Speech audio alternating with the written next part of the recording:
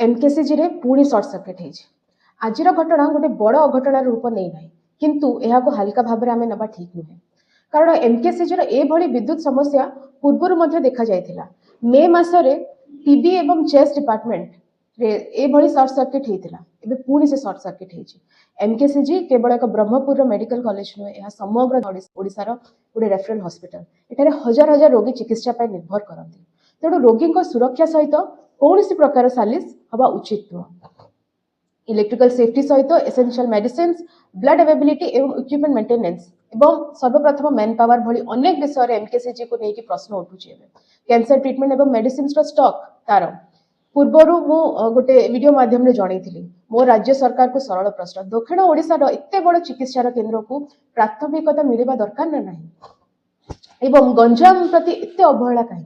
बड़ बड़ घोषणा पूर्वर जहाँ अच्छी ताहाको तो सुरक्षित रखा दरकार, भल भाव में चलाइबा दरकार। एवं आज जो सर्ट सर्किट को आउ एक खबर भाभी गोटे न देखी गोटे वेकअप कॉल भाव नि जाओ। एवं मोर दाबी अच्छी कि एमकेसीजी इलेक्ट्रिकल सिस्टम तुरंत संपूर्ण सेफ्टी ऑडिट करा जाओ। समस्त वायरिंग, इलेक्ट्रिकल पैनल एवं लोड कैपेसिटी जांच करा जाओ।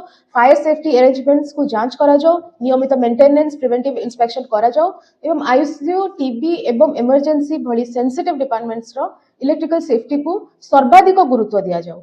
आज घटनाटी नियंत्रण रे अछि, आसंता काली बड़ घटना घटी पारे एवं तापर प्रतिक्रिया दबा अपेक्षा आज यही प्रतिरोधमूलक पदक्षेप निया जाओ। एमकेसीजी सुरक्षा पाई तुरंत पदक्षेप निया जाओ। धन्यवाद।